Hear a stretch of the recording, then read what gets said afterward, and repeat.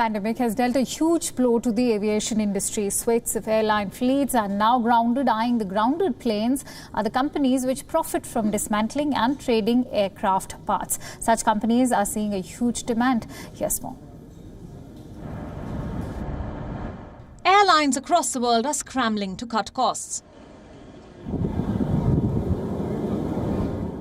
Job cuts and furloughs in the aviation sector are making global headlines, while domestic travel may be showing some signs of recovery.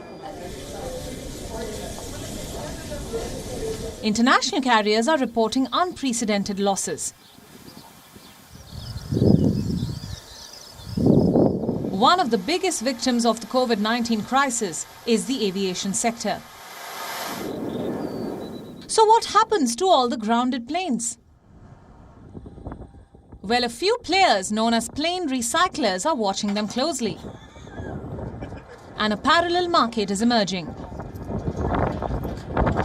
One that is seeing a tsunami of demand.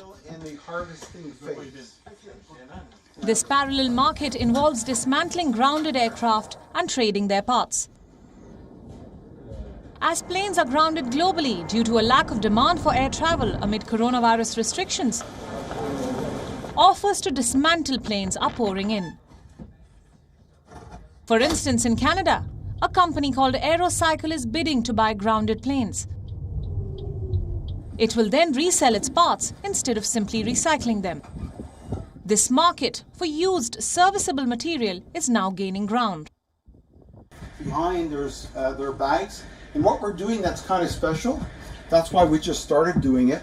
The insulation that you see here in the walls, we've given this to a company in Quebec that manufactures electric buses.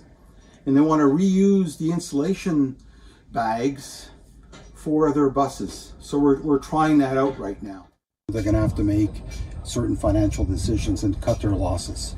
Try and maximize the value of getting a certain value for the aircraft now versus next year. You know, no one knows what the actual market, how the market predictions are going to be, right?